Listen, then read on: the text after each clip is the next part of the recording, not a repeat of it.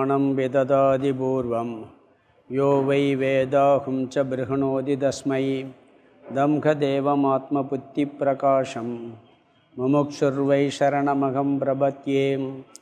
ओं नमो ब्रह्मादिभ्यो ब्रह्मविद्यासम्प्रदायकर्तृभ्यो वंशऋषिभ्यो महत्यो नमो गुरुभ्यः।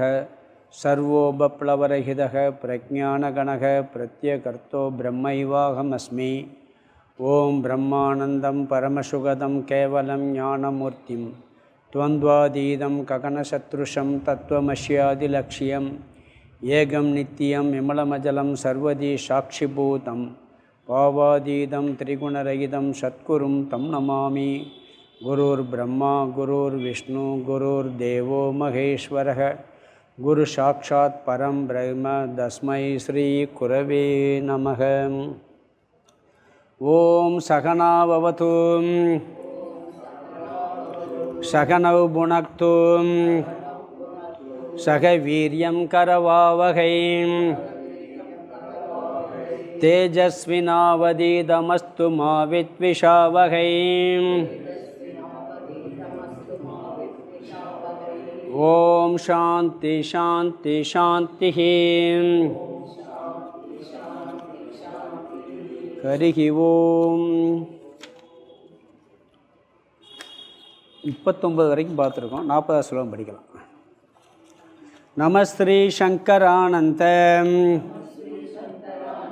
குருபாதாம்புஜன்மனே சவிலாசமகாமோக கிராசைகர்மணே. ஸ்லோகம் 40. ब्रह्मण्यारोपितत्वेन ब्रह्मावस्थेयि मे इति न संकणीयं सर्वासां ब्रह्मण्येवधिरोपणात्। ब्रह्मण्यारोपितत्वेन ब्रह्मावस्थेयि मे इति न संगणीयं सर्वासां ब्रह्मण्येवाधिरोपणात्। பஞ்சதசி 7வது அத்தியாயம் திருப்தி தீப பிரகரணம். இதில் நாம் புருஷ லட்சணம் பார்த்தோம். புருஷ அப்படிங்கிறதுக்கு என்ன அர்த்தம்னு பார்த்தோம். பிறகு ஆத்மானம் சேத் விஜானியாத் பார்த்தோம். இப்போ நாம் பார்த்துக்கிட்டு இருக்க அர்த்தம் அயம் அப்படிங்கிற வார்த்தைக்கு 1996 வரைக்கும் அயம். அயம்ங்கிறது நம்மளுக்கு பக்கத்தில் இருக்கக்கூடிய சொல்கிறதுனால ஆத்மாவை குறிக்கிற ஒரு சொல்லாக இருக்குது. இதுக்கு காரணம் என்னன்னு சொன்னால் மிக மிக அருகில் இருக்கிறது இதுதான். இதுக்கு மேலே அருகாமையில் எதுவும் கிடையாது. ஏன்னா நம்மளாகவே இருக்கிறதுனால. இதில் ஒரு கேள்வி வந்ததுனால தான் அந்த 10வது மனிதன் உதாரணத்தை சொன்னார். என்ன கேள்வி வந்துச்சுன்னா, நம்மகிட்டே இருக்குது, அருகாமையில் இருக்குது, சுயம் பிரகாசமாக இருக்குது. தானே ஆத்மா எப்படி சொல்கிறான்? சுயம் பிரகாசங்கிற. சுயம் பிரகாசம் என்ன? தானே விளங்கி கொண்டிருப்பது. சரி, ஒரு நேரம் விளங்கி ஒரு நேரம் விளங்காமல் இருக்கான்னு எப்பொழுதும் இருக்காங்க. அது எப்பொழுதுமே தானே விளங்குது. ஒரு வெளிச்சத்தினால தெரிய போகிறதில்ல, இந்திரியங்கள்னால தெரிஞ்சுக்கிற போகிறதில்ல அப்படின்னு சாஸ்திரம் சொல்லியிருக்கு. அப்படிப்பட்ட பொருள், சாஸ்திரம் சொல்லியிருக்கக்கூடிய ஒரு பொருள் அப்படி தானாக விளங்கி கொண்டிருக்கிறது. எப்படி தெரியாமல் இருந்து பிறகு பரோட்ச ஞானம் இருக்குன்னு தெரிஞ்சுக்கிட்டு பிறகு அபரோக்ஷ ஞானம் அது நானே தெரிஞ்சுக்கிறது சொல்ல முடியும். ஒரு பொருள் தெரியாமல் இருந்தால் பரவாயில்ல, தெரிகிற பொருள் சுயமாக தானே விளங்கிக்கின்றிருக்க பொருளுக்கு இந்த பரோட்ச ஞானம் அபரோக்ஷ ஞானம்னு எப்படி ஏற்படும் அப்படின்னு ஒரு சந்தேகம் வந்து தான் அதுக்காகத்தான் 10வது மனிதனை சொன்னார். ஒரு கதையில் 10வது மனிதனை பொறுத்தவரையில் ஆற்றை கடந்து காணாமல் போயிடுறான். கூடையே இருந்தாலும் கூட பக்கத்திலே இருக்கான், கூடையே இருக்கான், அவன் இருக்கிறது தெரியலை. கூட அது மாதிரி பிறகு என்னாச்சு, அவனை இருக்கிறாங்கிற அறிவு வருது, பிறகு அது தானாகவே இருக்கிறேன்னு தெரிஞ்சுக்கிறான். அது மாதிரி ஆத்மாவிலையும் இது ஏற்படும் சொல்லி 7 அவஸ்தைகள் சொன்னார் அவர். முதல்ல அஞ்ஞானம் ஏற்படுது, அதை தொடர்ந்து ஆவரணம் வருது, அஞ்ஞானத்தின் விளைவாக ஆவரணம் வருது, அஞ்ஞானத்தின் இனியொரு விளைவாக விக்ஷேபம் வருது, பிறகு இதனால் துக்கப்பட்டு சம்சாரத்தில் இருக்கான். அதனால் என்ன ஆகுது, ஒருத்தர் வந்து பரோட்ச ஞானத்தை கொடுக்குறாரு, பிறகு அபரோக்ஷ ஞானம் வருது. அதனால் என்ன ஆகுது, பிறகு திருப்பி சோக நிவர்த்தி வருது, பிறகு திருப்தி பிராப்தி, திருப்தியை அடைகிறான். இப்படி 7 விதமான ஸ்டேஜில் நம்மளாம் இருக்கோம். அதான் இங்கே 10வது மனிதன் உதாரணத்தை வச்சு இதை அப்படியே ஆத்மாவுக்கு அப்ளை பண்ணணும் அப்படின்னு சொல்லி சொன்னார்.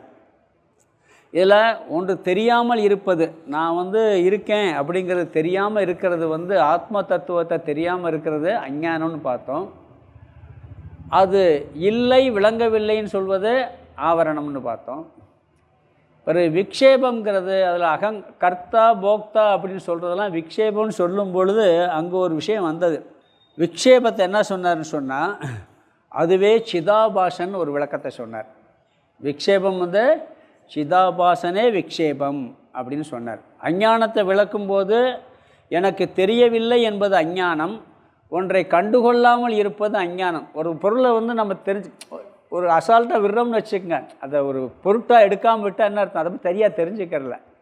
முக்கியமானவர் வந்தால் கூட அவருடைய அருமை தெரியல என்ன பண்ணுவான், கண்டுக்கிறாமல் விட்டுருவோம். இது அஞ்ஞானத்தினுடைய ஸ்வரூபம். பிறகு நாம் விசாரம் பண்ணி அதை தெளிவாக விசாரித்து தெரிகிறதுக்கு முன்னாடி அந்த அறியாமை இருக்கும். விசாரம் பண்ணால் ஓடி போயிடும். இது அஞ்ஞானத்தினுடைய ஸ்வரூபம்னு பார்த்தோம். ஆவரணங்கிறது என்னன்னு சொன்னால், ஒருத்தர் வந்து சொல்கிறாரு இப்படியெல்லாம் ஒன்று இருக்குது அப்படின்னு சொல்கிறார், அதை அறகுறையாக விசாரம் பண்ணுறோம். ஒரு தவறான வழியில் விசாரம் பண்ணி என்ன சொல்கிறான், அப்படி ஒன்று நீ சொல்கிற ஒரு பொருள் இருக்கிற மாதிரி தெரியலையேப்பா, அதனால் விளங்கவில்லை, அதனால் அது இல்லைன்னு சொல்வது விக்ஷேபம். இந்த விக்ஷேபத்தை என்ன சொல்லிட்டார் அவர், சிதாபாசன் ஒரு அர்த்தத்தில் சொன்னார் அவர். பிறகு 2 சரீரங்களுடன் கூடியது இந்த சிதாபாச வடிவமானது தான் விக்ஷேபம் அப்படின்னு சொன்னார். ஸ்தூல சரீரம், சூக்ஷ்ம சரீரம், இதில் தான் சிதாபாசன் வெளிப்படுது. வெளிப்பட்டவன் அவனுக்கு எல்லா சம்சாரம் வர ஆரம்பிச்சிருது. அதனால் விக்ஷேபமே சிதாபாசன்னார். ஏன்னா விக்ஷேபத்தில் சம்சாரமே ஆரம்பிக்குது, அவனுக்கு துயரமே ஆரம்பிக்குது. பிறகு அதுக்கு ஒரு பதில் சொன்னார், பூர்வபக்ஷம். அப்படி ஒரு பூர்வபக்ஷம் இருந்தான்னு சொல்லி என்ன சொன்னார்னா, இந்த விக்ஷேபம் வந்து 3வது அவஸ்தை. 7 அவஸ்தை திருப்பி ஞாபகப்படுத்தணுமா, முதல்ல அஞ்ஞானம், 2வது ஆவரணம், 3வது விக்ஷேபம். சிதாபாசன்றதே விக்ஷேபம் வருது. ஆனால் அந்த 7 அவஸ்தையும் சிதாபாசனுக்குத்தேன்னு சொல்லி ஏற்கனவே சொன்னார், முன்னாடி ஒரு சுலோகத்தில் சொல்லியிருக்கார். இங்கே விக்ஷேபமே சிதாபாசன்னு சொன்னால் அந்த முன்னாடி இருக்க 2 அவஸ்தைகள் அப்போ எங்கே போகும், அது எதில் சிதாபாசனுக்கு இல்லையா அப்படின்னு கேள்வி வரும் பொழுது, அதுவும் சிதாபாசனுக்குத்தான், அதுவும் அந்த விக்ஷேபனுக்குத்தான், சிதாபாசனுக்கு தான் இருக்குது அப்படின்னு சொல்லி ஒரு பதில் சொன்னார். அஞ்ஞானமும் ஆவரணமும் ஆத்மாவுக்கு அல்ல, சிதாபாசனுக்குத்தான் சொல்லி 38வது ஸ்லோகத்தில் பார்த்தோம். பிறகு கடைசியாக 39வது ஸ்லோகத்தில் என்ன பார்த்தோம்னா, அதாவது அப்போ ஆத்மாவுக்கு இல்லைன்னா எப்படி தெரியுது அப்படின்னு பார்க்கும் பொழுது, அது சம்ஸ்கார ரூபமாக இருக்கிறது, வெளிப்படாமல் இருக்கிறது. அந்த எப்படி இருக்கிறது, வெளிப்படாமல் இருக்கிறது.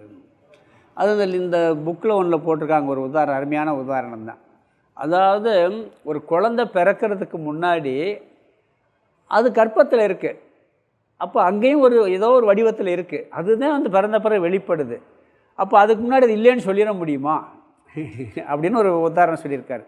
அது வெளிப்படாமல் இருக்குது, சம்ஸ்கார ரூபமாக இருக்குது, அதுக்கு பிறகு வெளிப்படுது அப்படிங்கிற ஒரு உதாரணம் இந்த லிங்கம்மாள் ட்ரஸ்ட் புக்கில் ஒன்றில் போட்டிருக்கேன். அதுவும் கரெக்டான உதாரணம் தான். அப்போ அஞ்ஞானம் ஆவரணம் இது வந்து நம்ம மனசில் வெளிப்படுவதற்கு முன்னாடியும் சம்ஸ்காரமாக இருக்குது, உள்ளே இருக்குது. உள்ளே இருக்கிறதே வெளியே வருமே ஒழிய இல்லாதது வெளியே வராது அப்படிங்கிற விளக்கமெல்லாம் நம்ம பார்த்தோம். இப்போ 40வது ஸ்லோகம் பார்க்கணும். இங்கே ஒரு பூர்வபக்ஷி இப்படியெல்லாம் கேட்கலாம்னு சொல்லி ஒரு பதில் சொல்கிறாரு.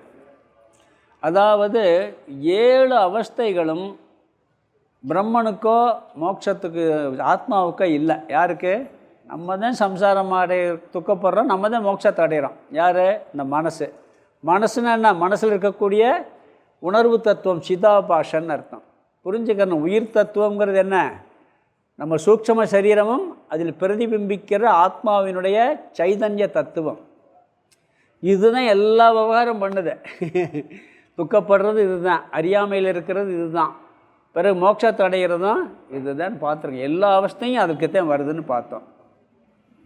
அதில் 2 பீஜ ரூபமான சிதாபாசன்னு பார்த்துட்டோம். மிச்சம் 5 வெளிப்பட்டது. 3வது அவஸ்தையிலிருந்து அது வெளிப்படுகிறது அப்படின்னு சொன்னார். அவன் என்ன சொல்கிறான்னா, எதுக்கு இப்படியெல்லாம் பிரிக்கிறீங்க, அதுவும் நீங்கள் பாட்டுக்கு இது சிதாபாசனில் வெளிப்படாமல் இருக்குன்னு ஏன் சொல்லணும், அது ஆத்மாவில் போட்டு விட்டு போயிட வேண்டியான. அந்த 2மே அது ஆத்மாவில் இருக்குது, இந்த 5ம் நம்ம சூக்ஷ்ம சரீரத்தில் சிதாபாசனில் இருக்குன்னு சொல்லலாமேன்னு கேட்டால் அவர் என்ன சொல்கிறாருன்னு சொன்னால், அப்படிலாம் சொல்ல முடியாது. பொதுவாக பார்த்தா நீ அதை மட்டும் 2 மட்டும் என் ஆத்மாவில் போடுற, எல்லாத்துக்குமே ஆதாரம் பிரம்மந்தான் அப்படின்னு ஒரு எளிமையாக ஒரு பதில் சொல்கிறார். எதுவாக இருந்தாலும் அது எங்கே நடக்குது, அதனுடைய ஒரு தோற்றம் தான். பிரம்மன் தான் ஆதாரமாக இருக்குது, எல்லாத்துக்குமே பிரம்ம தத்துவம் தான் ஆதாரமாக இருக்குது. இது 2க்கு மட்டும் பிரம்மன் ஆதாரம், 5க்கு மனசு ஆதாரம் அப்படின்னு சொல்ல வேண்டிய அவசியம் இல்லைன்னு ஒரு கருத்து சொல்கிறார்.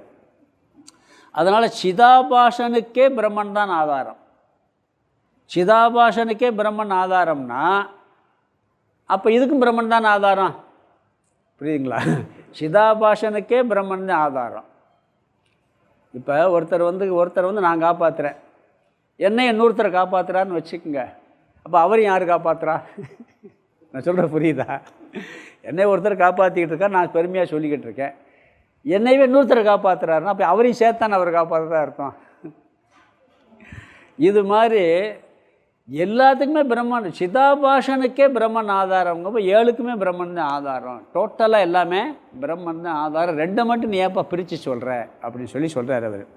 இதெல்லாம் கொஞ்சம் புத்தியை தீட்டுறதுக்காக சொல்கிறது. அது மட்டும் இல்லை, பின்னாடி சந்தேகம் வந்துடக்கூடாது. எங்கே நம்மளுக்கு துக்கம் ஏற்படுது, எங்கே மோட்சம் வருது, எங்கே திருப்தி வருது அப்படிங்கிறத தெரிகிறதுக்காக இப்படி பிரித்து அடிப்படையிலேருந்து விளக்கிட்டு போகிறார்.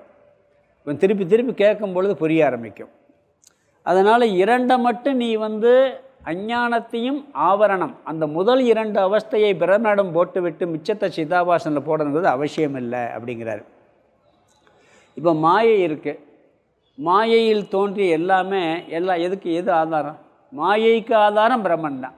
மாயையில் தோன்றியதுக்கு பிறகு வேறு எதுவும் ஆதாரம் வருமா? அதுவும் பிரம்மன் தான் ஆதாரம். அதுபோல் எல்லாத்துக்குமே பிரம்மன் தான் ஆதாரமாக இருக்குது அப்படின்னு சொல்லி ஒரு கருத்து சொல்கிறார். இதில் ஒரு சந்தேகம் வரப்போகுது, அது பின்னாடி சொல்ல போகிறார் அது. அதனால் இங்கே முதல் வரியில் சொல்கிறாரு, பிரம்மணி ஆரோபிதத்வேன, பிரம்மனிடத்தில் ஏற்றி வைக்கப்பட்டதாக. பிரம்மணின்னா பிரம்மனிடத்தில், ஆரோபிதத்வேன முதல் வரி முதல் பகுதி. அதுக்கு அடுத்தது பிரம்ம அவஸ்தே இமே இதி. இமே அவஸ்தேன்னா இந்த 2 அவஸ்தைகளும் பிரம்ம இதி, பிரம்மனை சார்ந்தது என்று. அஞ்ஞானம் ஆவரணம், இந்த 2 அவஸ்தையும் அப்போ எதை சேர்ந்திருக்கான்? பிரம்மனை சார்ந்து தான் இருக்க வேண்டும் என்று. ந சங்கநீயாம், நீ சந்தேகிக்கப்படாத. 2 மட்டும்தான் நீ பிரம்மன்ட்ட இருக்குது, மிச்சமெல்லாம் இல்லைன்னு சந்தேகப்படாத, எல்லாமே பிரம்மன்ட்டத்தை இருக்குது அப்படிங்கிறார். பிறகு 2வதுல காரணம் சொல்கிறாரு, சர்வாசாம் பிரம்மணி ஏவ. அதுதான் இந்த 2வது வரியில் சொல்கிறார். எல்லா அவஸ்தைகளும் பிரம்மனிடத்திலேயே அதிரோபணாத், ஆரோபம் செய்யப்பட்டுள்ளது. எல்லாமே நீ உலகத்தில் நீ என்ன சொன்னாலும் அது பிரம்மனிடம் கற்பிக்கப்பட்டதுன்னு ஒரு வார்த்தை நம்ம ஏற்கனவே படிச்சிருக்கோம். அதான் இங்கே சொல்கிறார், நீ பிரித்து அது பிரம்மன்ட்ட போடு, இதை பிரம்மன்ட்ட போடாதேன்னு சொல்ல வேணாம். எல்லாமே டோட்டலாகவே பிரம்மனிடம் கற்பிக்கப்பட்டுள்ளது. அஞ்ஞானம் ஆவரணம் என்ற 2 அவஸ்தைகளை மட்டும் ஸ்பெஷலாக பிரம்மன்ட்ட போட வேண்டிய அவசியம் இல்லை. அந்த 2க்கு மட்டுமே பிரம்மன் தான் ஆதாரம் சொல்ல வேண்டிய அவசியம் இல்லை. அனைத்திற்குமே ஆதாரம் யார்? பிரம்மன் தான். ஜீவன் எடுத்துக்கிட்டாலும் பிரம்மன் தான் ஆதாரம். இவனுடைய சம்சாரத்துக்கு முறை யார் ஆதாரம்? பிரம்மன் தான் ஆதாரம். அனைத்திற்கும் ஆதாரம். இந்த எல்லா அவஸ்தைகளுக்கும், இந்த பிரபஞ்சத்திற்கும் எதை சொன்னாலும் சரி பிரம்மன் தான் ஆதாரமாக இருக்குது. அதில் கல்பிக்கப்பட்டது எல்லாமே அப்படிங்கிறது ஏற்கனவே நம்ம படிச்சிருக்கோம், தெரிஞ்சிருக்கோம். அப்படிங்கும்போது இந்த 2 அவஸ்தை பிரம்மன்ட்ட மிச்சம் சிதாபாசன்ட்டு சொல்ல வேண்டிய அவசியம் இல்லை. இதே இந்த ஸ்லோகத்தினுடைய சின்ன எளிமையான கருத்துத்தேன். அதனால் என்ன சொல்கிறாருன்னா, எல்லாமே சிதாபாசன்ட்டே இருக்கட்டும், நீ பிரம்மனில் பிரித்து போட வேணாம், இந்த 7 அவஸ்தையுமே சிதாபாசன்ட்டத்தை அப்படின்னு சொல்கிறாரு. உடனே அவன் என்ன சொல்கிறான் பூர்வபக்ஷி, அனுபவத்தில் அப்படியெல்லாம் ஒரு இது இல்லையே அனுபவத்தில் இந்த அஞ்சைத்தானே நான் சிதாபாசன்ட்டு பார்க்குறேன், அதில் ரெண்டை பார்க்கலையேன்னு ஒரு கேள்வி கேட்குறான். அது அழகாக சொல்ல போகிறான். அது அடுத்த ஸ்லோகத்தில் வரப்போகுது. இந்த ஸ்லோகத்துக்கு அர்த்தத்தை பார்த்துடலாம். அதாவது பிரம்மணி ஆரோபிதத்வேன பிரம்மாவஸ்தே, அது பிரிக்கணும் அப்படி, பிரம்மாவஸ்தே இமே இதின்னு இருக்குது. இதில் இமே அப்படிங்கிற வார்த்தையை பிரம்ம அவஸ்தே இமே, இந்த முதல் வரியில் ரெண்டாவது பகுதி பிரம்ம அவஸ்தே இமேன்னு பிரிக்கணும். அப்படி பிரித்தோம்னா இமே அவஸ்தே, இந்த இரண்டு அவஸ்தைகளும், இரண்டுன்னு சேர்த்துக்கணும். இந்த இரண்டு அவஸ்தைகளும், எந்த ரெண்டு அவஸ்தைகளும்? அஞ்ஞானம் ஆவரணம். ஏன்னா சிதாபாசனுக்கு அந்த விக்ஷேபத்துக்கு முன்னாடி உள்ளது. இந்த இரண்டு அவஸ்தைகளும் முதல் வார்த்தை பிரம்மணி, பிரம்மனிடத்தில் ஆரோபிதத்வேன ஏற்றி வைக்கப்பட்டதாக. அடுத்த வார்த்தை பிரம்ம, பிரம்மத்தை சார்ந்தது. இதி பிரம்மே பிரம்மா அவஸ்தேன்னு இருக்குது. அப்புறம் இதிங்கிற வார்த்தை கடைசியில் இருக்குது. பிரம்மன்னா பிரம்மத்தை சார்ந்தது, இதிங்கிறது கடைசி வார்த்தை. என்று ந சங்கனீயாம், ரெண்டாவது வரியில் முதல் வார்த்தை. சந்தேகப்பட வேண்டாம், நினைக்க வேண்டாம். அதாவது பிரம்மனிடத்தில் இந்த ரெண்டு அவஸ்தைகள் தான் ஏற்றி வைக்கப்பட்டிருக்குன்னு சந்தேகப்பட வேண்டாம். காரணம் என்ன சொல்கிறாருன்னா, சர்வாஷாம் எல்லாமே, ஏனென்றால் எல்லாமே, எல்லா அவஸ்தைகளுமே பிரம்மணி ஏவ பிரம்மனிடத்திலேயே அதிரோபணாத் கல்பிதம் செய்யப்பட்டிருப்பதால். எல்லாமே பிரம்மன்ட்ட கல்பிதம் செய்யப்பட்டிருக்கு, நீ ரெண்டை மட்டும் அதுக்குன்னு சொல்ல வேண்டிய அவசியம் இல்லை, சந்தேகப்பட வேணாம் அப்படிங்கிறார். அடுத்தது 41 படிக்கலாம். சம்சாரியகம் விபுத்தோகம் நிசோகஸ்துஷ்ட இத்யபீம் ஜீவகா உத்தராவஸ்தாம் பாந்தி நா பிரம்மகாயதிஹீம். சம்சாரியகம் விபுத்தோகம் நிசோகஸ்துஷ்ட இத்யபி ஜீவகா உத்தராவஸ்தாம்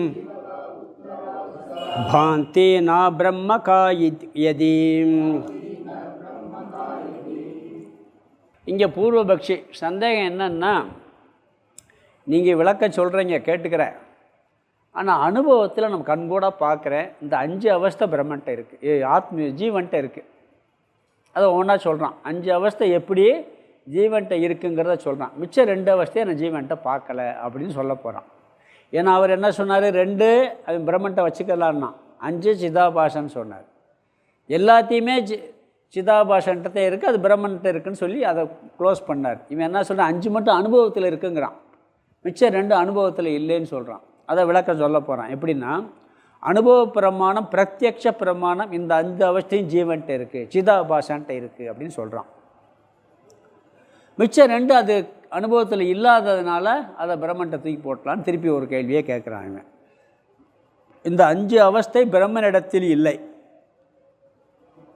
பிறகு இந்த 2 அவஸ்தையை நீங்கள் என்ன பண்ணுறீங்க, இது அனுபவத்தில் இங்கே இருக்குது, அந்த 2 அவஸ்தையை மட்டும் கற்பனை பண்ணி அதுவும் சூக்ஷமாக உள்ளுக்குள்ளே தோன்றாமல் இருக்குன்னு ஏன் சொல்கிறீங்க, அது பிரம்மன்ட்டே வச்சுக்கலாம், இது அனுபவத்தில் இருக்கிறது மட்டும் இதில் வச்சுக்கிறோம்னு ஒரு கேள்வி அவனுடைய கேள்வி. எப்படி சொல்கிறான்னா,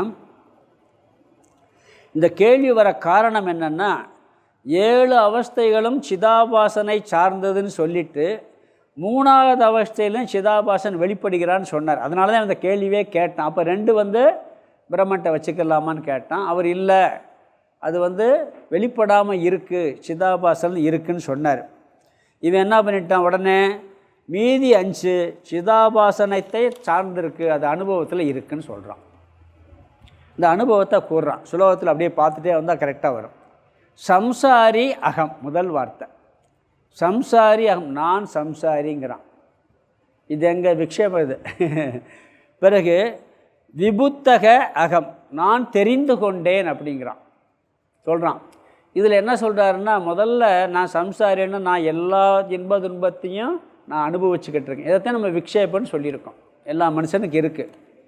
அடுத்த வார்த்தை நான் தெரிந்து கொண்டேன்னு ஒரு வார்த்தையை சொல்கிறான். அதில் பரோட்ச ஞானம் வருது, அபரோக்ஷ ஞானம் வருதுங்கிறார். ஏன்னா முதல்ல எங்கேயோ இருக்கதா தெரிஞ்சுக்கிட்டேன், அப்புறம் நான் தான் என்ன பண்ணுறேன், அது நானாக இருக்கேங்கிறது தெரிஞ்சுக்கிட்டேன், அபரோக்ஷமாகவும் தெரிஞ்சுக்கிட்டேன். அது யார் சொல்கிறா, ஜீவன். இது அனுபவத்தில் இருக்கா இல்லையா, இருக்குது. துக்கப்படுறது அனுபவத்தில் இருக்குது. பிறகு பரோட்ச ஞானம் வர்றது அனுபவத்தில் இருக்குது. பிறகு அபரோக்ஷ ஞானம் வந்து ஞானம் அடைகிறது தான் ஒரு ஜீவன் தான் அடையிறான், இதுவும் அனுபவத்தில் இருக்குது. பிறகு அடுத்து அந்த அபரோக்ஷ ஞானம் அடைஞ்சதுனால அடுத்த வார்த்தை சொல்கிறார், நீ சோகக, நீ சோகக, அகம் சேர்த்துக்கிறணும். அதாவது நீ சோககன்னா சோகமெல்லாம் போய்விட்டது, என்னை விட்டுன்னு சேர்த்துக்கணும். சோகமெல்லாம் போய்விட்டது அப்படி சொல்கிறானா இல்லையா? பிறகு அடுத்த வார்த்தை சொல்கிறான், துஷ்டக இத்யபி, அகங்கிறதையும் சேர்த்துக்க, நான் திருப்தியாக இருக்கின்றேன் என்று இவ்விதத்தில் ஸ்லோகத்தில் சொல்லியிருக்காரு. அதாவது எல்லாருமே முதல்ல நம்ம என்ன பண்ணுறோம், பெரும்பாலும் இந்த ஞானத்துக்கு வராதவங்க எல்லோரும் என்ன சொல்கிறாங்க, நான் சம்சாரிங்கிறதுல நான் ரொம்ப சந்தோஷமாக இருக்கேன்னு சொன்னாலும் சம்சாரியாக இருக்கேன்னு தான் சொல்கிறான். ஏன்னா அந்த சந்தோஷம் வேறு, இந்த அந்த சந்தோஷத்துக்கு பின்னாடி ஒரு துக்கம் இருக்கும். அப்படி எப்போ எல்லா நேரமும் சொல்லுவானா? இல்லை, சொல்லவே மாட்டான், சொல்ல முடியறதில்லை. அவன் எல்லாம் சொன்னாலும் என்ன முதல் நல்லா இருந்துச்சுப்பா, இப்போ நல்லா இல்லை. இன்னொன்று கூட சொல்ல, நீங்கள் வந்து யார்கிட்ட போய் கேட்டீங்கன்னாலும் எப்படி இருக்கீங்கன்னு கேட்டால் எவ்வளோ கஷ்டத்தில் ஒருத்தர் இருக்கான்னு கூட வச்சுக்கோங்க, நான் நல்லா இருக்கேன் நல்லா இருக்கேன்னு சொல்லுவேன்.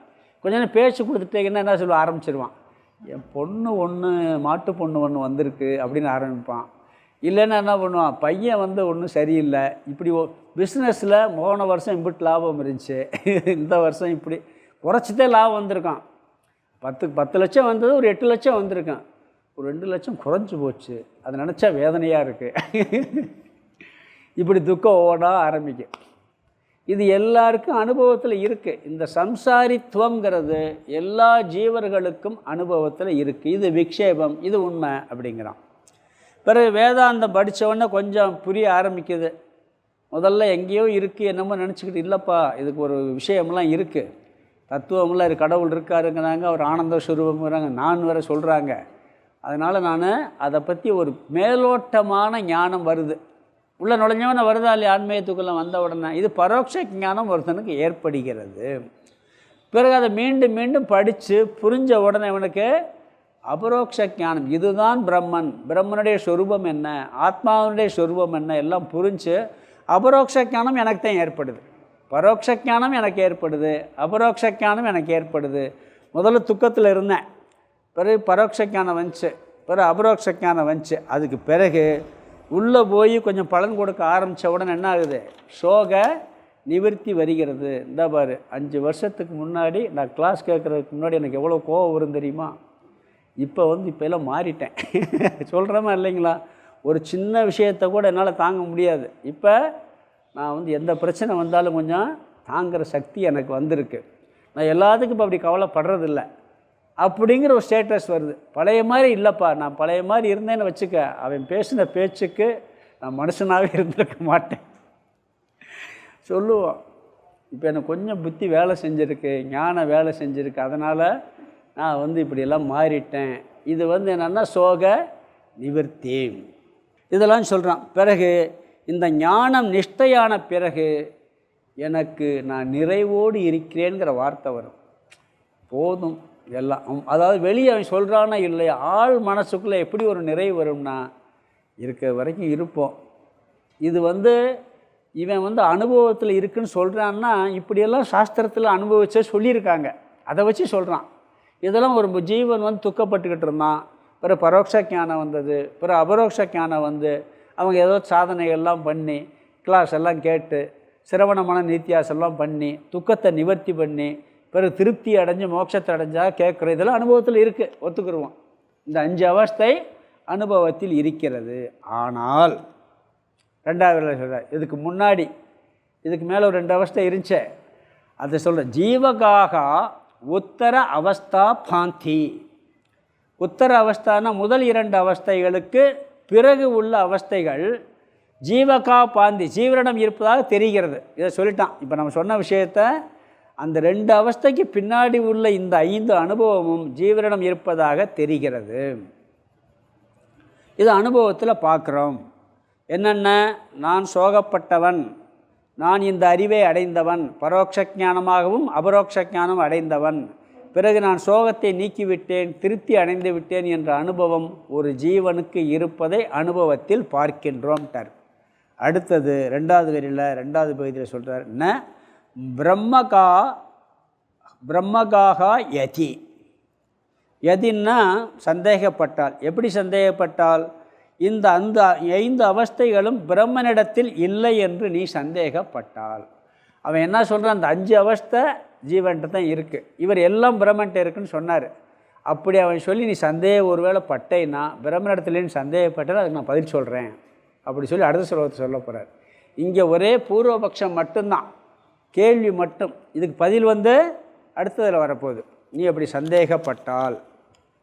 இதற்கு பதில் அடுத்த ஸ்லோகத்தில் வருது. இந்த ஸ்லோகத்தில் வெறும் கேள்வி மட்டும். அதில் பார்த்தீங்கன்னா 2 ஸ்லோகம் சேர்த்து போட்டிருக்கோம் புக்கில். ஏன்னா கேள்வியும் பதிலும் சேர்த்து போட்டிருக்கோம். நம்ம கேள்வியை பார்த்துருக்கோம். அடுத்த ஸ்லோகம் பதில் பார்க்க போகிறோம். சம்சாரியகம் விபுத்தோ அகம். எளிமையான ஸ்லோகம்தான்.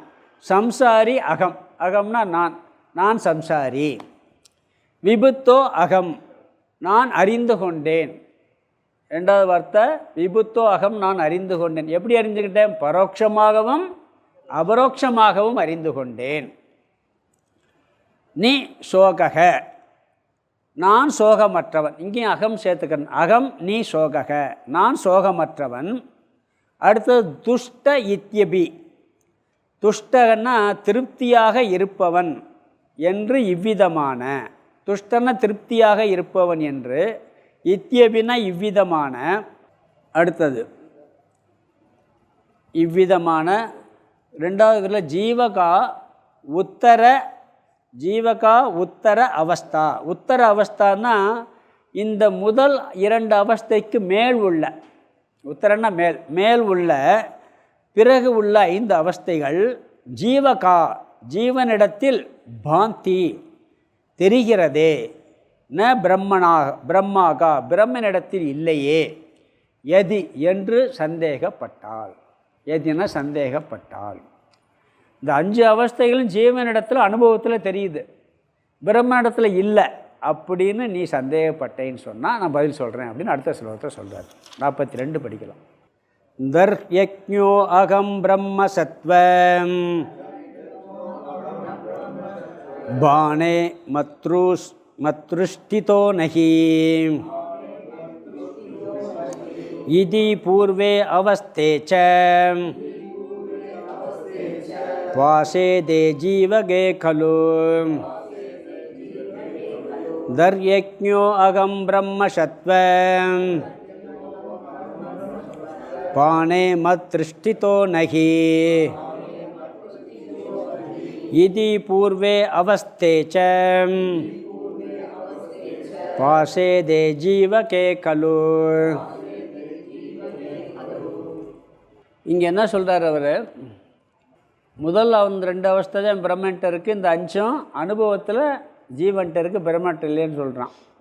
இவர் என்ன சொல்கிறார்? முதல் 2 அவஸ்தையுமே ஜீவன்ட்ட இருக்குங்கிறத இவர் என்ன சொன்னார்? இதில் வெளிப்படாமல் இருக்குன்னார். இப்போ அதுவும் அனுபவத்தில் இருக்குது நீங்கள் சொல்கிறார். அந்த 2 அவஸ்தைகளுமே ஜீவன்ட்டு அனுபவத்தில் இருக்குது நான் சொல்கிறேன் அப்படின்னு விளக்குறார்.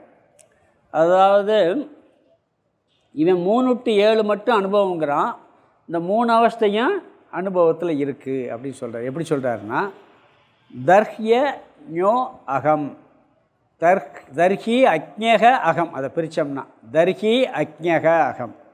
தர்ஹின்னா அவ்விதம் நீ கூறினால், அதாவது 5 அவஸ்தைகள் மட்டும் ஜீவனிடத்தில் அனுபவத்தில் இருக்கிறது என்று நீ கூறினால் தர்ஹின்னா. அக்ஞக அகம், நான் அக்ஞானி.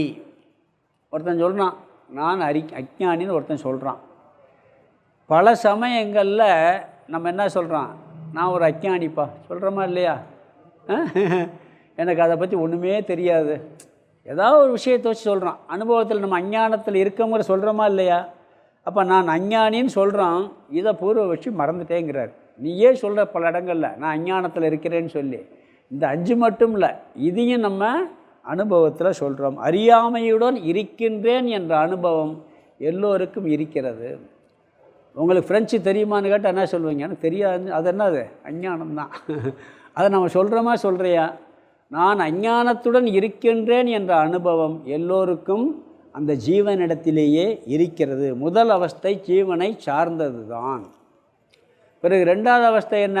ஆவரணம், அதுவும் ஜீவனை சார்ந்து அனுபவத்தில் இருக்குன்னு சொல்கிறார். எப்படி சொல்கிறார்னா, யாராவது வந்து பிரம்மன்னு ஒன்று இருக்குது, இல்லை கடவுள்னு ஒன்று இருக்குது அப்படின்னு சொன்னால் என்ன சொல்கிறான்? எங்கப்பா காமி, நேர காமி, எனக்கு தெரியலையே, அதனால் நான் இல்லைன்னு சொல்கிறேன்.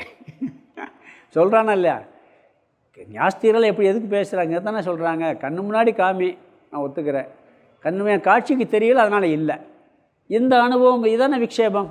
விக்ஷேபத்துக்கு லட்சணம் நாங்கள் அப்படி விளங்கவில்லை இல்லை அப்படிங்கிறத விக்ஷேபத்துக்கு லட்சணம் சொல்லியிருக்கோம்.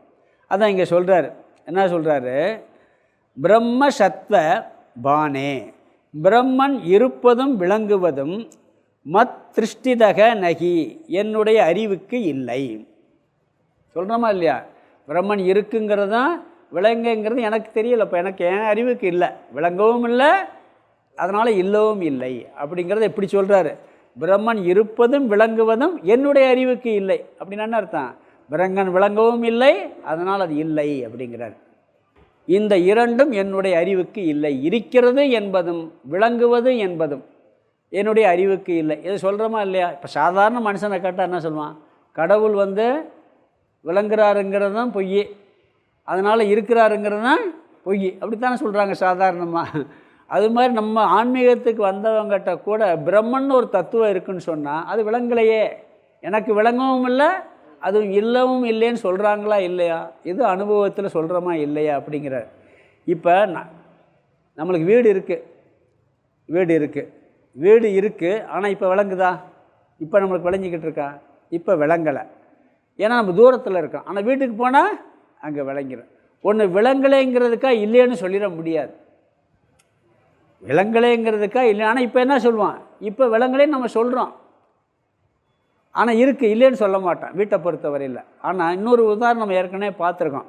அதாவது அந்த 31வது ஸ்லோகத்துக்கு ஒரு உதாரணம் சொன்னேன். இந்த எல்லா அவஸ்தையும் விளக்கும்போது சின்மயானந்தருடைய கதையிலேருந்து ஒன்று சொன்னேன், ஞாபகப்படுத்துகிறேன். ஒருத்தன் வந்து ஒரு இளம் வயசு பையன் ரொம்ப சாப்பாட்டு கூட கஷ்டப்பட்டு வர்றான். ஏற்கனவே வந்து ஃபாரினில் அப்பா கூட இருந்த ஒருத்தர் வந்து ஃப்ரெண்டு மாமாவோட இருந்தவர் வந்திருக்காரு. அவரை பார்த்து ஏதாவது செலவுக்கு பணம் கேட்கலான்ட்டு போகிறான். அவர் என்ன சொல்கிறாரு? செலவுக்கு பணம் கேட்கலான்னு போன உடனே இவன் ஏழ்மையில் இருக்கான், இவன் வந்து சாப்பாட்டுக்கே வழி இல்லை, புரியுதுங்களா? அதை என்ன பண்ணுறான்? என்கிட்ட பணமும் இல்லை, என்கிட்ட சொத்தும் இல்லைன்னு சொல்கிறான். சொல்லி எனக்கு ஏதாவது உதவி பண்ணுங்கன்னு அவர்கிட்ட போய் கேட்குறான். இது அஞ்ஞானம் இருக்குது, இவனுக்கு விக்ஷேபம் இருக்குது. அப்போ சொல்லும் பொழுது அவர் என்ன சொல்கிறாரு? நீ வந்து என்னப்பா, நீ ஒரு பெரிய கோடீஸ்வரன், உன்கிட்ட பணமெல்லாம் நிறையா இருக்குது அப்படின்னு சொல்கிறாரு. சும்மா விளையாடாதீங்க, நான் சாப்பாட்டுக்கு வழி இல்லாமல் உங்கள்கிட்ட வந்து கேட்குறேன், எனக்கு அப்படி ஒன்றும் சொத்தும் இல்லை, நீங்கள் என்ன தேவையான கிண்டல் பண்ணுறீங்களான்னு சொல்லி ஏளனம் பண்ணுறீங்களான்னு கேட்குறான். அப்படி என்கிட்ட இல்லவும் இல்லை, எனக்கு அப்படி இருப்பது தெரியவும் இல்லைங்கிறான். எங்கே இருக்கேன்ட்ட அப்படி ஒன்றுமே இல்லையே, எனக்கு விளங்கவும் இல்லையேன்னு சொல்கிறான். அப்புறம் என்ன பண்ணுறாரு? அவர் பரோட்ச ஞானத்தை கொடுக்குறாரு. அதெல்லாம் பார்த்தோம். இது அனுபவம் தானே, அவனுக்கு இருக்குது. ஏன்னா அவன் மாமா அவனுடைய சொத்தப்புறம் எழுதி இவன் பேரில் எழுதி வச்சுட்டு போயிட்டார். இவன் பெரிய கோடீஸ்வரன், உண்மையிலே கோடீஸ்வரன், ஆனால் சாப்பாட்டுக்கு வழி இல்லாமல் அங்கே இருக்கான். அப்போ என்ன பண்ணுறான்? போய் எனக்கு வந்து பணம் இல்லை, ஒன்றும் இல்லை அப்படின்னு போய் கேட்குறான். இவனை அறியாமையில் இருக்கான். அதனால் அவனுக்கு என்ன பண்ணுறது? ஆவரணமும் இருக்குது, எனக்கு வந்து ஒன்றுமே இல்லை அப்படின்னு புலம்புறாங்க. அவர் என்ன சொல்கிறாரு? துக்கமும் படுறான், விக்ஷேபமும் வருது. அவர் பரோட்ச ஞானத்தை கொடுக்குறாரு. இல்லைப்பா உனக்கு இருக்குது அப்படின்னு சொல்கிறார். சொல்லும் பொழுது என்ன சொல்கிறான்? இல்லை, விளங்கவில்லைன்னு சொல்கிறானா இல்லையா? அதனால் என்ன சொல்கிறாருன்னு சொன்னால், அனுபவத்திலேயே நம்ம என்ன சொல்கிறோம்? இந்த ஆவரணமும் வருகின்றது, அது இல்லை, விளங்கவில்லை என்பது அஞ்ஞானமும் ஆவரணமும் அனுபவத்திலே நீ சொல்கிற, உனக்கு அந்த வார்த்தையை பயன்படுத்துகிற. 5 மட்டும் அனுபவம்னு சொல்லாத, இந்த 2 அனுபவமும் கூட உனக்கு இருக்கிறது அப்படிங்கிறத அவர் சொல்கிறார். அதனால் பிரம்மன் இருக்கிறது என்பதும் பிரம்மன் விளங்குகிறது என்பதும் என் அறிவுக்கு இல்லைங்கிறான். புரியவில்லை, தெரியவில்லை என்று சொல்வது ஆவரணம், இதுவும் அனுபவத்தில் இருக்கிறது. பல சமயங்களில் சொல்வோம் நம்ம, ஒன்று இருக்கிறது விளங்குறது எனக்கு தெரியலை, அது இருக்கிறதுன்னு தெரியலை, அது எனக்கு விளங்கவும் இல்லைன்னு நம்ம பல விஷயங்களுக்கு இந்த வார்த்தையை பயன்படுத்துகிறோம். இது அனுபவத்தில் பயன்படுத்துகிறோம். ஆகவே ஆவரணமும் ஜீவனிடம் இருக்கிறதுங்கிறார். அது 2வது வரி முதல் பகுதியில் சொல்கிறார். இதி பூர்வே அவஸ்தேச்ச, இப்படிப்பட்ட அனுபவம், இதுன்னா இப்படிப்பட்ட அனுபவம், பூர்வே அவஸ்தேச்ச முன்புள்ள 2 அவஸ்தைகளும், இந்த 2 அவஸ்தைகளும் அனுபவத்தில் இருக்கிறது. இந்த 2 அவஸ்தைகளும் இப்படி அனுபவத்தில் இருக்குங்கிறார். இப்போ 7 அவஸ்தைகளை 2 + 5ன்னு பிரித்தார். பின்னாடி உள்ள 5 வந்து அனுபவத்தில் இருந்து ஒத்துக்கிட்டான், முன்னாடி இருக்கிறது அனுபவத்தில் ஒத்துக்கிறல, அதுவும் அனுபவத்தில் இருக்கிறது அப்படிங்கிறத இவர் சொல்கிறார். அதை சுட்டி காட்டுறார். இதி பூர்வே அவஸ்தேச்ச, இப்படிப்பட்ட 2 அவஸ்தைகளின் அனுபவமும் பாசதே ஜீவகே கலு, ஜீவனிடத்தில் அல்லவோ விளங்கி கொண்டிருக்கிறது அப்படிங்கிறார். இந்த 2 அவஸ்தைகளும் ஜீவனிடம்தாம்மா விளங்கிக்கிட்டு இருக்கு, நீ பிரம்மட்டைய போய் போடுற அப்படிங்கிறார். ஆகவே அனைத்து அவஸ்தைகளும் ஜீவனிடம்தான் இருக்கிறதுங்கிறத நிலைநாட்டுறார். இந்த 7 அவஸ்தையை சொல்லும் பொழுது 7 அவஸ்தை பேர் ஞாபகத்துக்கு வரணும். முதல்ல இதை 2ஆக பிரித்தார். எப்படி பிரித்தார்? 3 + 4ன்னு பிரித்தார். சந்தேகம் வந்ததுனால அப்புறம் 2 + 5ன்னு பிரித்தார். ஏன்னா 3வது அவஸ்தையிலேருந்து அவனுக்கு வெளிப்படுது, முதல் 2 வெளிப்படாததுனால இருக்கான, அதுவும் வெளிப்பட்டிருக்கு, தெரியாமல் இருக்கான், அவ்வளோதான் உண்மை. இப்போ 3 + 4, இந்த முதல் 3 அவஸ்தை என்ன? சம்சார அவஸ்தை. ஏன்னா அறியாமை, ஆவரணம், விக்ஷேபம். அறியாமையினுடைய வெளிப்பாடு ஆவரணமும் விக்ஷேபமும். இந்த 2 வந்து தான் நம்ம சம்சாரத்தில் சிக்கி தவிச்சுக்கிட்டு இருக்கோம். இதெல்லாம் இந்த 3 அவஸ்தை சம்சார காரணம். மிச்ச 4 அவஸ்தை மோட்சத்துக்கான வழி. மிச்ச 4 அவஸ்தை மோட்சத்துக்கான வழி. இங்கே பிரித்தது 2 + 5. நல்லா ஞாபகம் வச்சு, 2 + 5 3 + 4. 2 + 5ல் வந்து 5 அனுபவத்தில் இருக்குது, 2 அனுபவத்தில் இல்லை, பிரம்மட்டை போடலாம்னு சொன்னால், இல்லைப்பா அதுவும் வந்து வெளிப்படாமல் இருக்குனாரு, இல்லை இது மட்டும்தான் வெளிப்பட்டிருக்குன்னு சொன்னால், இல்லை அதுவும் வெளிப்படுது பாரு அப்படின்னு சொல்லி அதையும் இவர் உதாரணத்தோடு காமிச்சிட்டார். இதோ என்ன சொல்லிட்டார், இந்த விசாரம் இதோட முடிச்சுட்டு அடுத்து அந்த மோட்சத்துக்கான 3 அவஸ்தையை பற்றி முடிச்சிட்டார். அதில் சந்தேகமெல்லாம் வந்து முடிச்சிட்டார். இங்கே வந்து பரோட்ச ஞானம், அபரோக்ஷ ஞானம், இதுதான். இதை பற்றி விளக்கி அடுத்த 2 அவஸ்தை இருக்குது. சம்சார அவஸ்தை, பிறகு சோக நிவர்த்தி, திருப்தி. இதை திருப்பி அடுத்து விளக்க போகிறார். இனி 4 அவஸ்தைகளை. அதற்கு முன்னாடி ஒரு சின்ன விசாரம் இருக்குது, அதையும் அடுத்து சொல்ல போகிறார் அடுத்த ஸ்லோகத்தில். அஞ்ஞானம். அஞ்ஞானம் பிரம்மத்தை ஆதாரமாக கொண்டுள்ளதுன்னு நிறைய ஆச்சாரியர்கள் சொல்லியிருக்காங்க. அஞ்ஞானம் வந்து பிரம்மத்தை, அஞ்ஞானத்துக்கு ஆதாரம் எது? பிரம்மந்தான். நம்மளும் இப்போ பார்த்துருக்கோம், நிறைய ஆச்சாரியர்கள் அப்படித்தான் சொல்லியிருக்காங்க. தத்துவபோதத்தோட பிரம்மாசிரியா மாயான்னு படிச்சிருக்கோம். இந்த மாயா காரண சரீரமெல்லாம் எதை ஆதாரமாக இருக்குது? மாயைக்கு ஆதாரம் என்ன? பிரம்மன் தான். இந்த மாயையே அறியாமல் நம்ம சொல்வோம். பிறகு எல்லாமே பிரம்மத்தை சார்ந்ததுன்னு சொல்லியிருக்கோம். இங்கே அஞ்ஞானம் ஜீவனை சார்ந்ததுன்னு சொல்லியிருக்கு. எல்லாமே பிரம்மனை சார்ந்திருக்குன்னு சொல்லியிருக்கோம். அஞ்ஞானம் பிரம்மனை சார்ந்துள்ளது. இங்கே என்ன பண்ணியிருக்கோம்? அஞ்ஞானம் ஜீவனை சார்ந்துள்ளது. ஏதாவது ஒன்றை சொல்லணும், 2ஐயும் சொல்லி குழப்பக்கூடாது. அஞ்ஞானம் பிரம்மனை, அஞ்ஞானத்துக்கும் பிரம்மன் ஆதாரம். ஏன்னா எல்லாத்துக்கும் ஆதாரம்னு சொல்லும்போது அஞ்ஞானத்துக்கு ஆதாரம் சொல்லிட்டான்.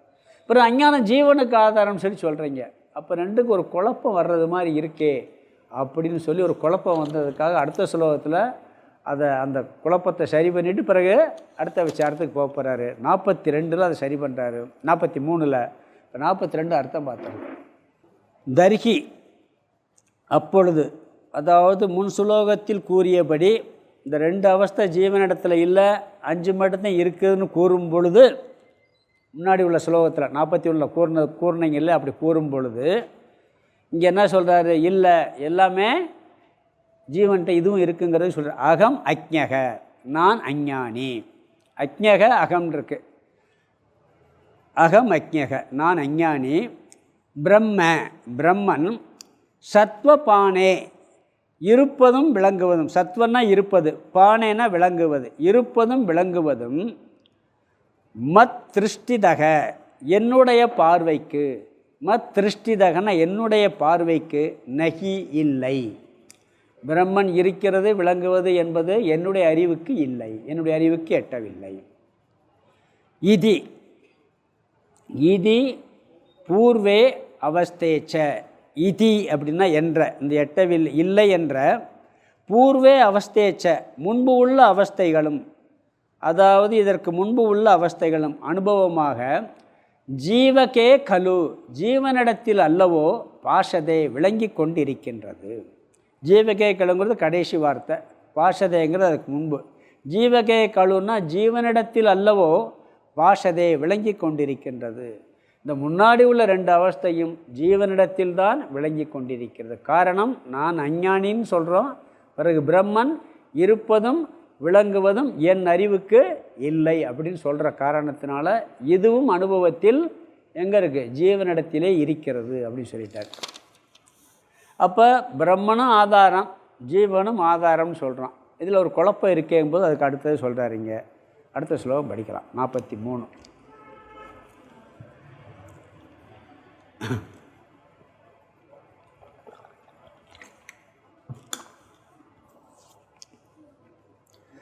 அஞ்ஞானஸ்யாஸ்ரயோ பிரம்மேத்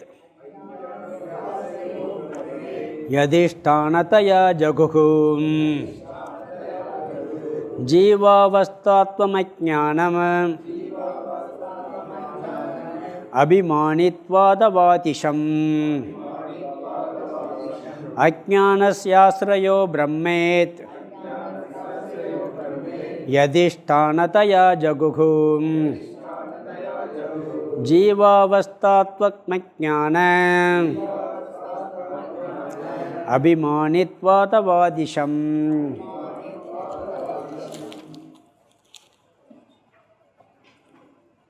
இங்கே என்ன சொல்கிறார் வித்யாரண்யர், அதாவது சம்பிரதாயத்தில் அஞ்ஞானத்திற்கு ஆதாரமாக பிரம்மன் தான் இருக்கிறது என்று சொல்வதும் பல இடங்களில் சொல்கிறோம்.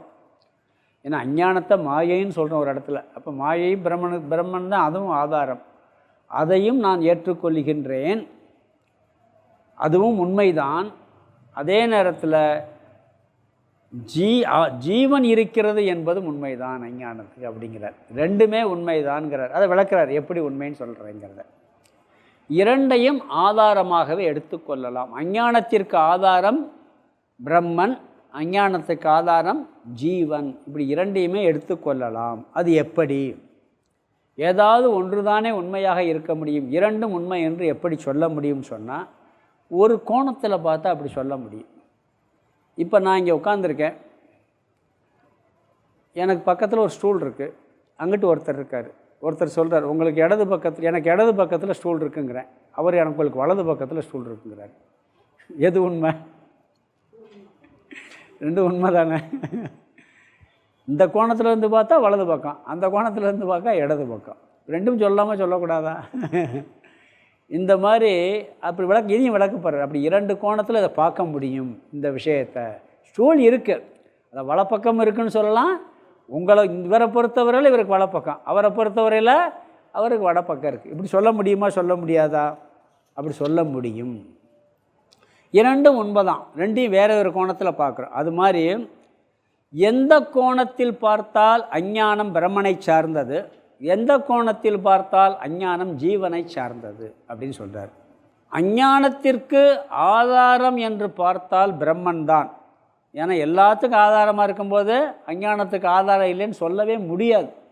அனைத்துக்கும் ஆதாரம் பிரம்மன் வார்த்தையை பயன்படுத்திட்டோம்னா அஞ்ஞானத்துக்கு மட்டும் ஆதாரம் இல்லைங்கிற வார்த்தையை பயன்படுத்த முடியாது. அப்போ அஞ்ஞானத்துக்கும் ஆதாரம் பிரம்மன் தான்.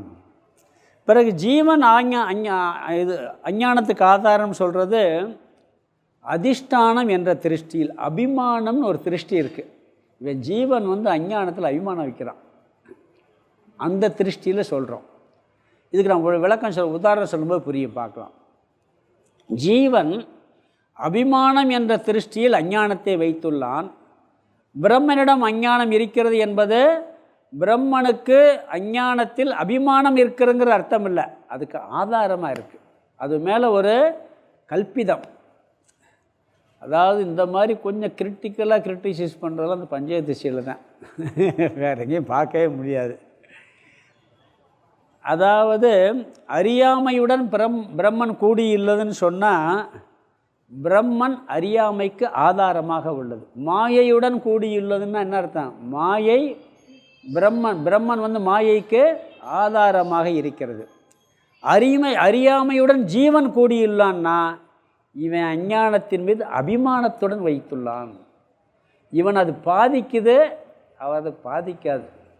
அவருக்கு இருக்கிறது ஒரு கல்பிதம் தெரியும். இவன் நான் அது மேலேயே எனக்கு தெரியலைன்னு இதனால் இதனுடைய விளைவு எப்படி வருது? இவனுக்கு கஷ்டம். 2 பேர்கிட்டையுமே இருக்குது, ஜீவன்கிட்டே இருக்குது.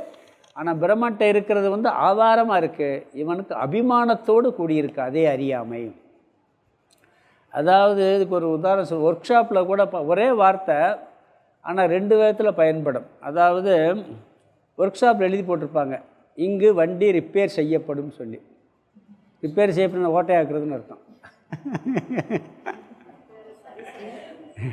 அப்படி தானே போட்டிருக்கு. ரிப்பேர் சரி செய்யப்படுது. இப்போ கொஞ்சம் மாற்றி எழுதுறாங்க சில இடத்துல, பார்த்துருக்கேன். ரிப்பேர் செய்யப்படும் என்ன? ரிப்பேர் ஆக்கி விட்டுருவான். அதே நேரத்தில் நம்ம இன்னொரு இடத்துலையும் சொல்லுவான், இங்கே ரிப்பேர் சரி செய்யப்படும். இவன் ரிப்பேராக ஆக்கி விட்டான். ஒருத்தர் வண்டி எடுத்துகிட்டு போய் ஓட்டி ஏதாவது பண்ணிட்டான், இவன் ரிப்பேர் ஆக்கிட்டான்னு சொல்கிறான். இங்கே ரிப்பேர் சரி செய்யப்படும்னு என்ன அர்த்தம்? ரிப்பேர் செய்யப்படும் தான் போட்டிருக்கேன். இவனும் ரிப்பேர் பண்ணியிருக்கான், இவனும் ரிப்பேர் பண்ணியிருக்கான். இவன் வண்டியை ஓட்டை ஆக்கியிருக்கான், வண்டியை சரி பண்ணுறான். இந்த ரிப்பேருங்கிறது 2 வார்த்தையை பயன்படுத்தினாலும் ஒன்று சரி பண்ணுறது, பிரம்மன்ட்ட இருக்கிறது அது ஒன்றும் பாதிக்காது. இவன்ட்ட இருக்கிறது அபிமானத்தோடு கூடியிருக்கிறது. அதனால் என்ன சொல்வாருன்னு சொன்னால், அஞ்ஞானசிய ஆசிரியக பிரம்ம இதி, அஞ்ஞானத்தினுடைய ஆசிரியம் பிரம்மன் என்று. பிறகு அதிஷ்டானத்தையா ஜகுகு, அதிஷ்டானத்தின் அடிப்படையில் கூறியுள்ளார். அதாவது பிரம்மனிடம் இந்த அஞ்ஞானம் இருக்கிறது என்பது அதிஷ்டானம் என்ற அடிப்படையில் கூறியிருக்கிறார். இதை நம்மளுக்கு முன்னாடி உள்ள ஆச்சாரியர்கள் கூறியிருக்கிறார்கள். இதுக்கு இன்னொரு உதாரணம் சொல்கிறாரு. விளக்கம் சொல்லும்போது, ஒரு இடத்துல இருள் இருக்குது. அந்த இருள் இருக்கிற இடத்துலையும் ஆகாசம் இருக்கா இல்லையா? இருள் இருக்கிற இடத்துலையும் ஆகாசம் இருக்குது. ஆகாசம்தான் இருளுக்கும் ஆதாரமாக இருக்குது, வெளிச்சத்துக்கும் ஆதாரம் இருக்கும். அது மாதிரி அஞ்ஞானத்துக்கும் ஆதாரம் பிரம்மன் தான், ஞானத்துக்கும் ஆதாரம் பிரம்மன் தான் சொல்கிறோம். இது இன்னொரு விளக்கம் கூட சொல்லலாம். சினிமா தியேட்டரில் படம் ஓடிக்கிட்டு இருக்கு, திரையில் ஸ்க்ரீனில் ஓடிக்கிட்டு இருக்கு. அங்கே வெளிச்சம் இருக்குது, எல்லாம் நடந்துக்கிட்டு இருக்குது. எல்லாம் நம்ம இருட்டுக்குள்ளே உட்காந்துருக்கோம். நாம் எங்கே உட்காந்துருக்கோம்? நம்ம அஞ்ஞானத்தில் இருட்டில் உட்காந்துருக்கோம். அங்கே ஆதாரமாக இருக்கிறது பிரம்மன் திரை. அதுலேயும் படமெல்லாம் ஓடிக்கிட்டே இருக்குது. ஓடிக்கிட்டு இருக்கா, பண்ணிக்கிட்டு இருக்கும்போது ஒருத்தன் வர்றான். ஒருத்தனை ஒரு ஏதோ திருட வேண்டியிருக்கு, மெயின் ஆஃப் பண்ணி விட்டுறான். சினிமாவில் வெளியே இல்லை, ஸ்க்ரீன் எப்படி இருக்கும்? இருட்டாக இருக்கும். நம்ம இருட்டில் தான் இருக்கோம். அங்கே எல்லாத்துக்கும் ஆதாரமான பிரம்மன் இதுவரைக்கும் வெளிச்சமாக இருந்தால் அங்கே என்ன பண்ணுது? திடீர்னு இருட்டு வருது. அந்த இருட்டுக்கு ஆதாரமாக எது இருக்குது? பிரம்மன் தான் இருக்குது. அங்கே எதுவுமே நம்ம இருக்கிறது நம்மளுக்கு எதுவுமே பக்கத்தில் இருக்கால ஒன்றும் தெரியாது. அது அந்த இருட்டு அப்படி இல்லை, இந்த இருட்டு வேறு. நாம் அபிமானப்பட்டிருக்க அறியாமை, அங்கே இருக்க அறியாமை அது எல்லாத்தையும் காமிக்குது, அவ்வளோதான். இருள் ஆகாசத்தில் எல்லாமே இருக்கும், இருளும் இருக்கும், ஒளியும் இருக்கும். இருள் ஒரு வஸ்துவான்னு ஒரு பெரிய விசாரமெல்லாம் இருக்குது. வேதாந்தத்துக்குள்ளே போனால் இருளை பற்றி ஒரு பெரிய விசாரமே இருக்குது. நாம் இருள்னு ஒன்று சொல்கிறோம், இருள்னு ஒன்று கிடையாதுன்னு வேறு இருக்குது. நம்ம நிழலத்தை இருளுங்கிறோம், ஒளி மறைச்சதை. விண்வெளியில் போயாச்சுன்னு சொன்னால் இருளுங்கிறது நம்ம சொல்லவே முடியாது. ஏன்னா எல்லா நம்ம ஒரு பொருள் இருந்தால் அங்கே வெளிச்சம் தெரியும். ஏன்னா எத்தனையோ ஸ்டாருடைய வெளிச்சம் வரும் அங்கே.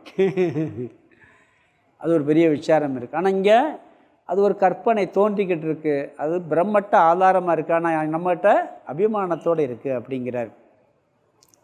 அதனால் என்ன சொல்கிறாருன்னா, அஞ்ஞானம்னா எதை பற்றிய அஞ்ஞானம்? இந்த அஞ்ஞானம் எங்கே இருக்குதுன்னு சொல்லணும். அதை சொல்கிறார் இங்கே. ஜீவ அவஸ்தாத்வம், ஜீவனிடத்தில் இருக்கின்ற அஞ்ஞானம் என்பது. இந்த அஞ்ஞானம் எங்கே இருக்குது? ஜீவனிடத்தில் இருக்குது. இந்த அஞ்ஞானம் எப்படி இருக்குன்னு சொல்கிறார். அங்கே அதிஷ்டானமாக இருக்குது, இங்கே ஜீவனிடத்தில் இருக்க அஞ்ஞானம். அஞ்ஞான அபிமானித்வாத், அஞ்ஞானத்தில் அபிமானம் இருக்கிறது என்ற காரணத்தினால் அவாதிஷம் நான் கூறினேன்கிறார். பொதுவாக எல்லாத்துக்கும் தான் பிரம்மன் தான் ஆதாரம். எல்லாத்துக்கும் ஆதாரம் யார்? பிரம்மன் தான். இவன் ஜீவன் அறியாமையில் இருக்கிறதுனால, இவன்ட்டு அந்த இது அறியாமையில் ஜீவனிடம் இருப்பதனால், அபிமானம் இருப்பதனால் ஜீவனம் இதற்கு ஆதாரம் நான் சொன்னேன் அப்படிங்கிறார். அஞ்ஞானத்தில் அபிமானம் வைத்துள்ளான் என்பதன் அடிப்படையில் ஜீவனிடத்தில் அஞ்ஞானம் இருக்கிறது என்று நான் கூறினேன்கிறார். இத்துடன் இந்த விசாரம் முடிவடைகிறது. அடுத்த ஸ்லோகத்தில் மோட்ச விசாரம் ஆரம்பிக்குது. இதுக்கு இன்னொரு உதாரணம் கூட பார்க்கலாம். பாம்பு இருக்குது, கைத்தில் பாம்பை பார்க்குறோம். பாம்பு உண்மையா பொய்யா? கயிறுங்கிற அறியாமை வர்றதுக்கான பாம்பு. இந்த பாம்புங்கிற அறியாமையினால் தோன்றிய பாம்புக்கு அதிஷ்டானம் எது? கயிறு. பாம்புக்கு அதிஷ்டானம் எது? கயிறு. பாம்பு என்ற அந்த அறியாமையினால் தோன்றிய பாம்புக்கு அதிஷ்டானமாக இருப்பது கயிறு. கயிறு தானே. கயிறு இல்லாட்டி பாம்பு வருமா? கயிறு இல்லாட்டி பாம்பு தெரியவே கயிறு இல்லாட்டி பாம்புன்னு சொல்லவே மாட்டோம். சரி, நான் இல்லாட்டி பாம்புன்னு சொல்லிடுவீங்களா? பார்க்குறவன் இல்லாட்டி பாம்புன்னு சொல்ல முடியுமா? இவன் பார்க்குறியாள், இவன் என்ன சொல்கிறான்? இவன் என்ன? அப்போ இந்த பாம்பு காரணம் யார்? கயிறு மட்டுமா இவனுமா? ரெண்டுமே. இப்போ ரெண்டு சரியாக போச்சா? இது இல்லைங்க, இந்த புக்கில் இந்த உதாரணம் இருக்குது. இது கிளாஸில் இதில் சொல்கிறார், கயிறுக்கு பாம்புக்கு ஆதாரம் கயிறு தான். உண்மையில் கயிறு இல்லாவிட்டால் பாம்பு தோன்றவே தோன்றாது. அப்போ பிரம்மன் தான் எல்லாத்துக்காகவும் அறியாமல் அது இருக்கிறதுனாலே அறியாமையே வருது. ஆனால் அந்த பாம்பு தோன்றுவதற்கு நான் பார்க்குறதுனால தான் பாம்பாக தெரியுது. எல்லாருக்கும் தெரியுமா? என்னுடைய அறியாமையினால் தோன்றுது. அப்போ இங்கே இந்த அறியாமை, என்னுடைய அறியாமை இருக்கா இல்லையா? அந்த பாம்பு காரணம் யார்? நானும் இருக்கேன், கயிறும் இருக்குது. அது மாதிரி அறியாமைக்கு நான் அந்த பாம்பை பார்த்துட்டு துக்கப்படுறேன். கயிறுக்கு அது துக்கம் கொடுக்குமா? பாம்பு பயத்தை கொடுக்குமா? அது ஒன்றும் பண்ணாது. அது ஆனால் எனக்கு அது என்ன பண்ணுது? ஆவரணத்தை கொடுத்து, விக்ஷேபத்தை கொடுத்து வீட்டை விட்டு ஓட சொல்லுது, கம்பு எடுத்துகிட்டு வர சொல்லுது, எல்லாம் சொல்லுதா இல்லையா? இது ஜீவனிடம் உள்ள அறியாமை அபிமானத்தால் வந்தது. பிரம்மனிடம் உள்ளது ஆதாரமாக இருப்பது. இரண்டும் சொல்கிறோம். ஏன்னா எல்லாருமே பிரம்மன்ட்டையும் சொல்லியிருக்கிறாங்க, ஜீவன்ட்டையும் சொன்னதுனால நான் இதையும் சொன்னேன்னு சொல்கிறாரு. அடுத்த ஸ்லோகத்துலேருந்து என்ன பண்ண போகிறாருன்னு சொன்னால், பரோட்ச ஞானத்தை ஆரம்பிக்க போகிறார். அபரோக்ஷ ஞானத்தை ஆரம்பிக்க போகிறாரு. 44 அந்த விசாரம் வரப்போகுது. இப்போ இதை பார்த்துடலாம் ஸ்லோகத்துக்கு அர்த்தத்தை.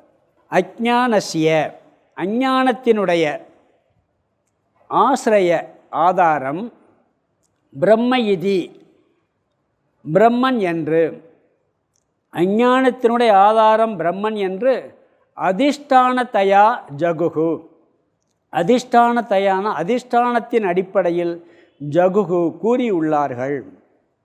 ரெண்டாவது வரி, ஜீவனிடத்தில் அவஸ்தாத்வம், அவஸ்தையாயிருக்கும் தன்மை, இந்த அஞ்ஞானம் என்ற அவஸ்தையாயிருக்கும் தன்மை அஞ்ஞானத்தில் அபிமானித்வாத், அபிமானம் இருக்கின்ற காரணத்தினால் அவாதிஷம் நான் கூறினேன்கிறார். அவாதிஷம் எல்லாரும் ஜீவனிடத்தில் அந்த அஞ்ஞான அபிமானம் இருக்கிறனால கூறினேங்கிறார். இந்த அஞ்ஞானம் இந்த பாம்பு உதாரணம் அருமையான உதாரணம் தான். அது மட்டும் காரணம் இல்லை, நாமளும் காரணமாக இருக்கும். துக்கத்துக்கெல்லாம் காரணம் யாருன்னு இந்த உலகம் இருக்குங்கிறதே இப்படி தெரிகிறதுக்கு காரணம் யாருன்னு சொன்னால் என்ன சொல்லுவோம் தெரியுமா? பிரம்மன் ஆதாரம்.